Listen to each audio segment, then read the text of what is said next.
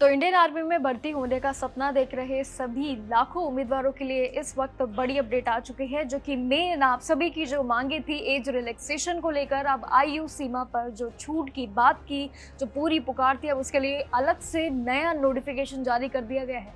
देखिए, इस बार application process की बात करें तो ये सभी प्रक्रिया शुरू हो चुकी है, लेकिन सबसे बड़ा जो बदलाव देखने को मिला है वो हमें एज रिलैक्सेशन में देखने को मिला है, जिसमें सरकारी तौर पर 2 साल की जो मांग थी, जिसकी पुकार थी, लेकिन अब ये 22 साल तक जितने भी उम्मीदवार है वो अपना फॉर्म फिल कर सकते हैं। देखिए, अगर आपको लग रहा था कि आपकी उम्र निकल चुकी है और ये मौका आपके लिए शायद आपसे मिस हो सकता है, तो अब ऐसा बिल्कुल नहीं है। यानी कि अब आपके लिए अप्लाई करने के लिए मौके आ चुके हैं, लेकिन नए रूल्स के साथ। तो देखिए, बात करें अगर पूरे अग्निवीर भर्ती की प्रक्रिया पर, इस बार नया नोटिफिकेशन नए तरीके से इस बार अपलोड हुआ है, जिसमें आपको बता दें कि सभी उम्मीदवारों के लिए काफ़ी ज़्यादा अपडेट्स इस बार मेंशन की गई है। यानी कि जो बड़ी समस्या थी एज रिलैक्सेशन को लेकर, इस बार उस सभी के लिए अब सारी जानकारी आ चुकी है। सबसे बड़ा बदलाव एज लिमिट में किया गया है, जहां पर अब 17.5 से 22 साल तक के सभी जो उम्मीदवार हैं वो अब इसमें अप्लाई कर सकते हैं। यानी कि बड़ा जंप देखने को मिला है। इस भर्ती के लिए एप्लीकेशन प्रोसेस भी 13 फरवरी 2026 से शुरू हो चुके हैं, और आपको बता दें कि आप 1 अप्रैल 2026 तक joinindianarmy.nic.in की ऑफिशियल एक ही वेबसाइट है, जिस पर जाकर आप सारी जानकारी सहित जानकर अपना एप्लीकेशन फॉर्म फिल कर सकते हैं। एप्लीकेशन फी भी आपको बता दें कि 250 इसकी एप्लीकेशन फी रखी गई है। हालांकि क्वालिफिकेशन में कोई बदलाव नहीं है। जनरल ड्यूटी यानी कि जीडी के लिए 10th में 45% मार्क्स होने चाहिए। टेक्निकल के लिए 12th साइंस यानी कि पीसीएम में भी 50% मार्क्स का टारगेट सेम रखा गया है। वही क्लर्क और स्टोर कीपर के लिए बात करें तो 12वीं में 60% मार्क्स के साथ मैथ्स और अकाउंट्स में होना अब सभी के लिए कंपलसरी रहेगा।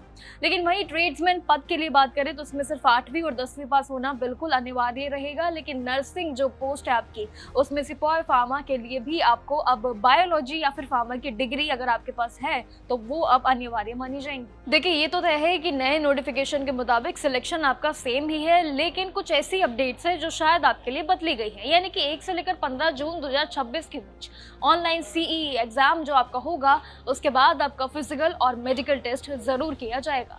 इन दोनों टेस्ट के बाद जीडी के लिए जो हाइट है वो 170 सेंटीमीटर बिल्कुल सेम तय है। क्लर्क के लिए बात करें तो 162 है वो भी सेम रहेंगे।